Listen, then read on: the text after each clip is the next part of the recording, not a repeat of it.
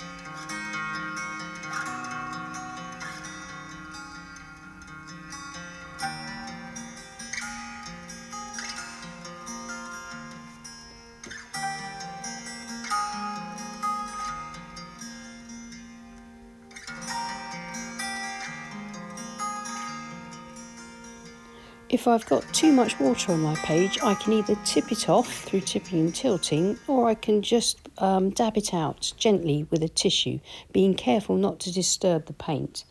And then putting in a sky, you can see a lot of alizarin crimson there, so I've added a bit of water to it just to thin that down a bit because I just want a soft glow.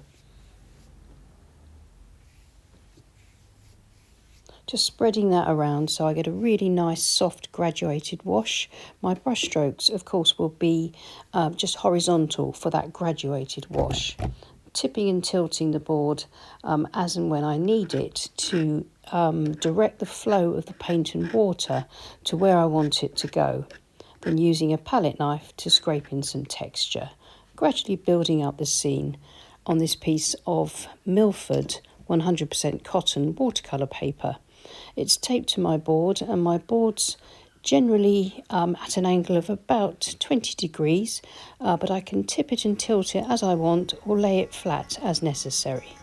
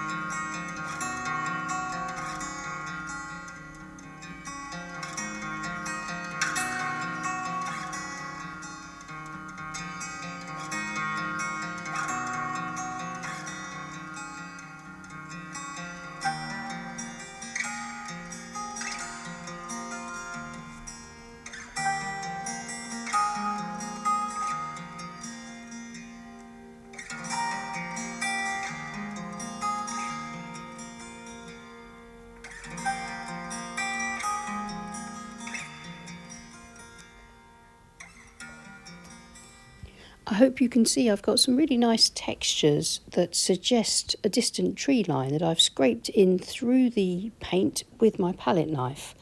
And I really like the effect that gives, and I've just sprinkled some ordinary fine table salt into the foreground, and I'm hoping that that will give me those lovely little flower shapes as each grain of each grain of salt pushes away the paint and creates that pretty sort of flower-like pattern.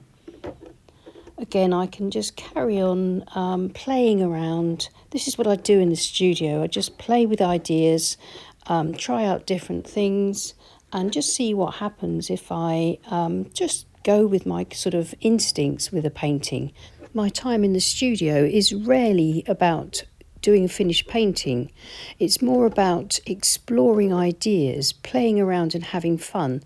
And it's through that kind of sort of open-ended play in the studio or wherever you paint, on the kitchen table, in the garage, wherever you have your space for painting.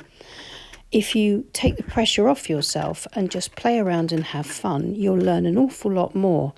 And you'll find that without even realising it, you're really progressing and developing your own individual style as you have fun, play and experiment.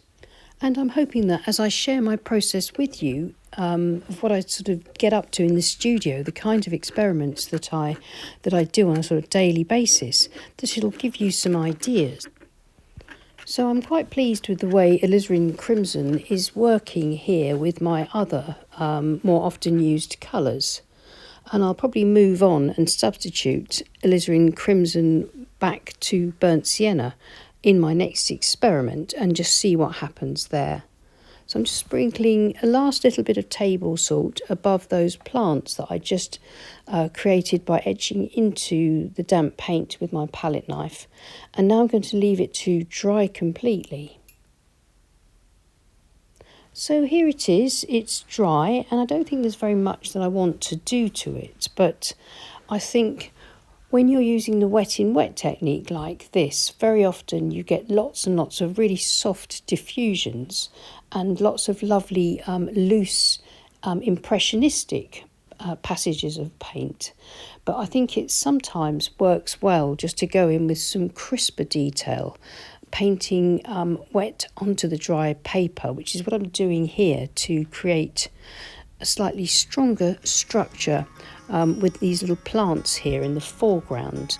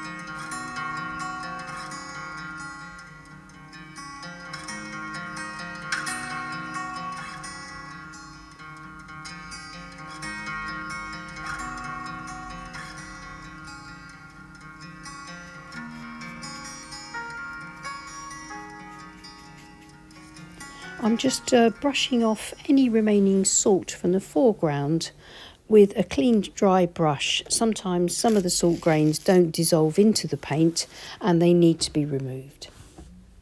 So I'm happy with this experiment. Just removing the tape because that allows me to see it with fresh eyes. As soon as it has a clean white border and the edges are nice and smooth like this, I can kind of reassess it and see if it needs anything else.